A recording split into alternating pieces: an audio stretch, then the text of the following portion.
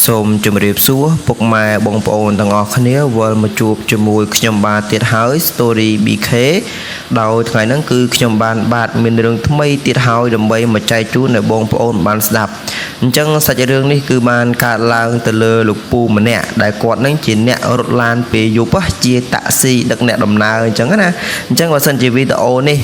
បងប្អូនដែលគាត់កំពុងតែរត់ឡានឬមួយក៏កំពុងតែជិះឡានស្ដាប់នៅវីដេអូនេះអាចអស់រំលងនៅវីដេអូនេះសិនបានដោយសារតែវីដេអូនេះគឺនិយាយរឿងហេតុចម្លែកដែលបានកើតឡើងទៅលើលោកពូម្នាក់ដែលគាត់នឹងរត់តាក់ស៊ីពីកំពង់ចាមទៅកំពង់ធំពេលយប់បងប្អូនអញ្ចឹងទីទៀតហ្នឹងបងប្អូននឹងដឹងថាតើលោកពូដែលគាត់រត់ឡានពេលយប់ហ្នឹងគាត់ជួបរឿងហេតុការណ៍អ្វីខ្លះក្នុងដំណើរពីកំពង់ចាមទៅដល់កំពង់ធំហ្នឹងអញ្ចឹងហ្នឹងហើយមុននឹងចូលទៅដល់វីដេអូរបស់យើងខ្ញុំសង្ឃឹមថាបងប្អូនកុំភ្លេចចុច like ចុច subscribe ជាពិសេសនោះ comment ម្នាក់មួយផងហើយសូមអធិស្ឋានណាចំពោះសំឡេងទឹកភ្លៀងដោយសារតែឥឡូវហ្នឹងមេឃកំពុងតែភ្លៀងអញ្ចឹងហើយពេលហ្នឹងជាពេលមួយដែលខ្ញុំបាទកំពុងតែតនេអញ្ចឹងហើយក៏ឆ្លៀតធ្វើវីដេអូទាំងមេឃកំពុងភ្លៀងតែម្ដងទៅហើយសំឡេងទឹកភ្លៀងហ្នឹងអត់ដឹងថាកាត់ចេញដាច់ឬមួយក៏អត់ទេបើសិនជាកាត់សំឡេងនឹងអត់ដាច់ទេអញ្ចឹងបងប្អូនមានតែត្រង់ស្ដាប់សំឡេងទឹកភ្លៀងហ្នឹងសិនណាហ្នឹងហើយតោះអញ្ចឹងកុំឲ្យយើងវែងឆ្ងាយឡាយយូរឥឡូវយើងចូលទៅដល់វីដេអូរបស់យើងទាំងអស់គ្នាដោយដើមសាច់រឿងរបស់យើងមកខ្ញុំបាទសូមដាក់ឈ្មោះលោកពូណាថាលោកពូប៉ាក់ចុះខ្ញុំសូមហៅថាពូប៉ាក់ដោយពូប៉ាក់គាត់ជាតកង់ឡានមួយរូបតែជាអ្នករត់ឡានណាពីកំពង់ចាមទៅកំពង់ធំប៉ុន្តែការរត់ឡានរបស់គាត់ហ្នឹងគឺរត់ឡានពេលយប់បងប្អូនរត់ឡានពេលយប់ហើយគាត់ថាទោះគាត់រត់ឡានពេលយប់ចេញទៅពីកំពង់ចាមហ្នឹងម៉ោង9ហើយទៅដល់កំពង់ធំហ្នឹងជួនកាលទៅទើភ្លឺក៏មានដែរប៉ុន្តែគាត់ថានៅតែមានមួយជិះឡានរបស់គាត់ដោយសារតែឡានរបស់គាត់ហ្នឹងជាប្រភេទឡានមួយដែល VIP អាចថាអ្នកដំណើរអាចស្នាក់អាស្រ័យនៅលើឡានហ្នឹងបានអញ្ចឹងណាដូចជាគេងអីបានព្រោះដោយសារតែគាត់ថាកៅអីឡានរបស់គាត់ហ្នឹងគឺទុនមែនតែនមិនត្រឹមតែប៉ុណ្្នឹងទេលើឡានរបស់គាត់ហ្នឹងក៏គេហៅថាមានអាម៉ាស៊ីនធ្វើតែផ្សាយអ្នកដំណើរបងប្អូនប្រហែលជាដឹងហើយមែនទេសម្រាប់អ្នកដែលជិះឡាន VIP ប្រហែលជាបានជួបហើយបានដឹងអារឿងទាំងអស់ហ្នឹងខ្លះហើយអញ្ចឹងពូប៉ែគាត់ថាគាត់ក៏បានដាក់អ្នកដំណើរហើយអ្នកដំណើរខ្លះក៏បានកក់ឡានគាត់អញ្ចឹងទៅគាត់ក៏បានទៅយកអ្នកដំណើរហើយអស់នៅពេលដែលម៉ោង9ជាង7:10ហ្នឹងគាត់ក៏បានចេញដំណើរពីខេត្តកំពង់ចាមឆ្ពោះទៅខេត្តកំពង់ធំនៅពេលហ្នឹងនៅពេលដែលគាត់ធ្វើដំណើរហ្នឹងគឺអត់មានរឿងអីដែលខុសប្រក្រតីទេបងប្អូនគាត់ក៏បានជិះរ៉ែហើយសូមបញ្ជាក់ណាបងប្អូនឡានរបស់ពូប៉ែហ្នឹងគាត់ធ្វើដំណើរពេលយប់មែនប៉ុន្តែគាត់ធ្វើដំណើរយឺតទេគាត់មិនមែនថាអូពេលយប់ឡើងគាត់ធ្វើដំណើរទៅលឿនគឺអត់ទេពូប៉ែគាត់ថាគាត់ធ្វើដំណើរតាមខេត្តកំពង់ចាមរហូតទៅដល់ស្គុនហើយគាត់ក៏បានកាច់មួយជើងឆ្ពោះទៅដំណើរទៅខេត្តកំពង់ធំដោយសារតែផ្លូវទៅខេត្តកំពង់ធំតាមស្គុនហ្នឹងវាផ្លូវមួយដែលវាស្រួលជិះអញ្ចឹងហើយគឺគាត់ចូលចិត្តជិះផ្លូវហ្នឹងមែនតើហើយចំណែកឯអ្នកជិះជាមួយគាត់ក៏ចូលចិត្តជិះផ្លូវហ្នឹងដែរព្រោះផ្លូវផ្សេងវាអាលាក់វាអីអញ្ចឹងទៅបន្ទាប់មកនៅពេលដែលពូប៉ែនេះគាត់ទៅដល់ស្គុនហើយគាត់កាច់មកខាងជើងហើយឆ្ពោះទៅខេត្តកំពង់ធំហើយស្រាប់តែគាត់នឹងជិះទៅដល់ចំណុចផ្លូវមួយបងប្អូននៅពេលដែលគាត់ជិះទៅដល់ចំណុចផ្លូវមួយទៅកន្លែងផ្លូវហ្នឹងគឺគេដាក់បារ៉ាស់គេហាមអត់ឲ្យយើងជិះទៅទេដោយសារតែ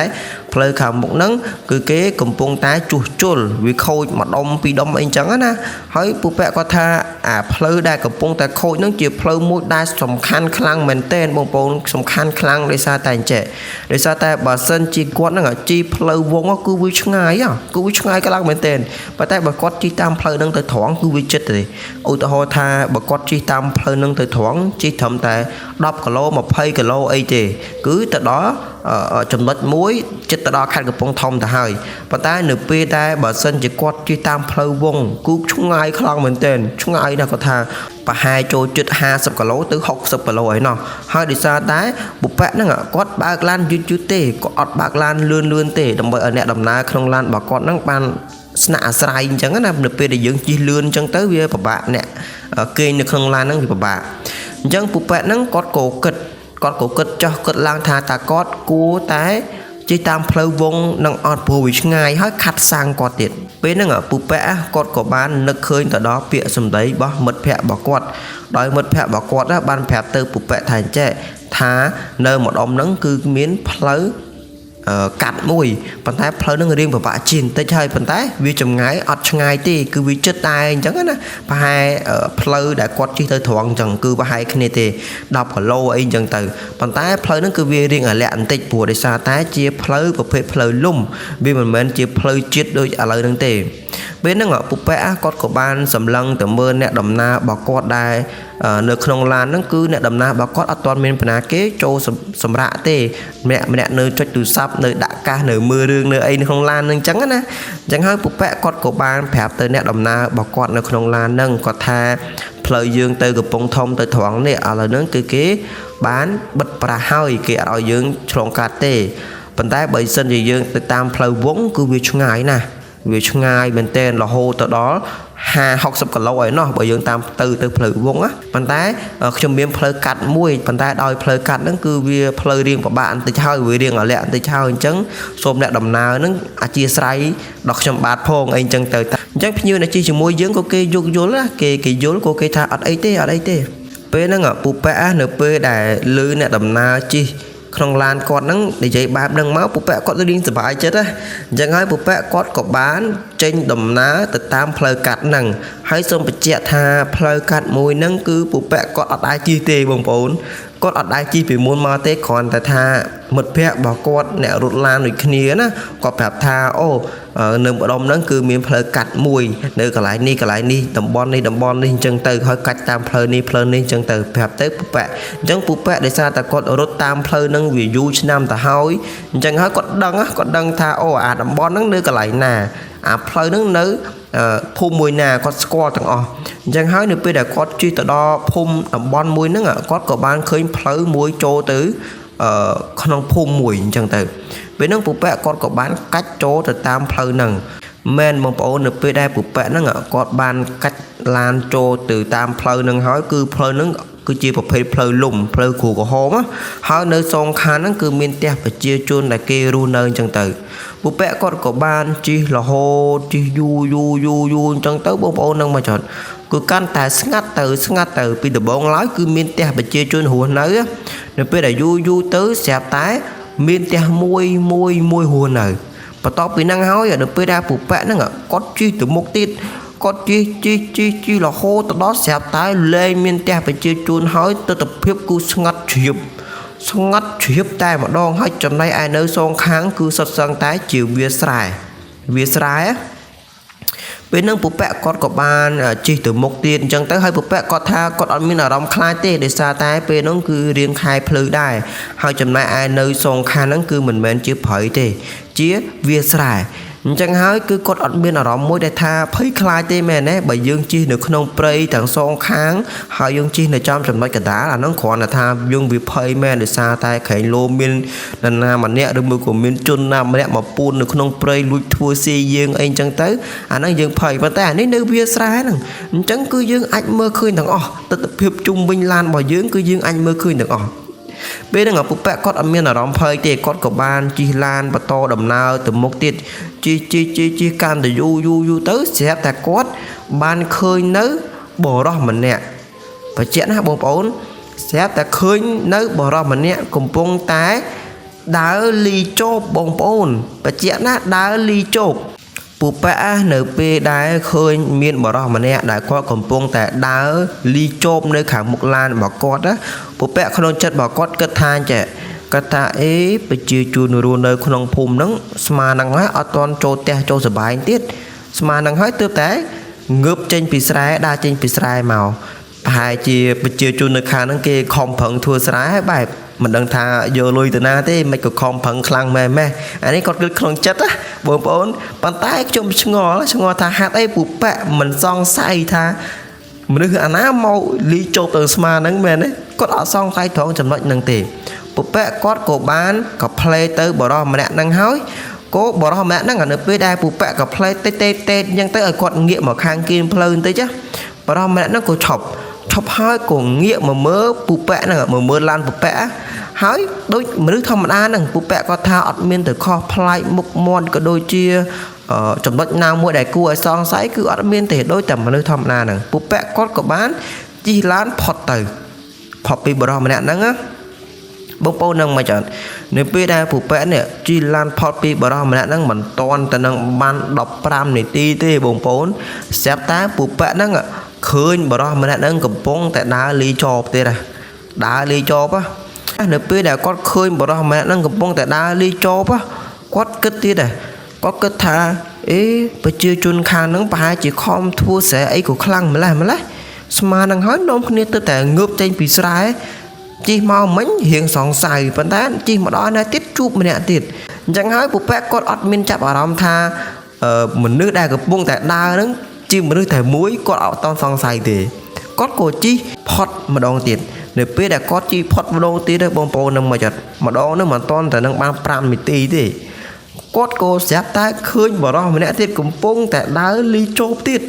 ពេលហ្នឹងគឺពូប៉ែគាត់ទៅរៀងចាប់អារម្មណ៍ហើយទី1គាត់ចាប់អារម្មណ៍ទៅលើខោអាវគឺបរិសម្នាក់ហ្នឹងពាក់អាវខ្ញុំពិបាកប្រាប់ពាក់អាវអ្នកធ្វើទៅស្រែធម្មតាយើងហ្នឹងចំណែកឯនេះមកកណាត់ចុះក្រោមនេះគឺមិនមែនស្លៀកខោទេគឺគាត់ស្លៀកកម៉ាអញ្ចឹងហើយគឺគាត់រៀងសង្ស័យទៅលើអាវក៏ដូចជាកម៉ាហ្នឹង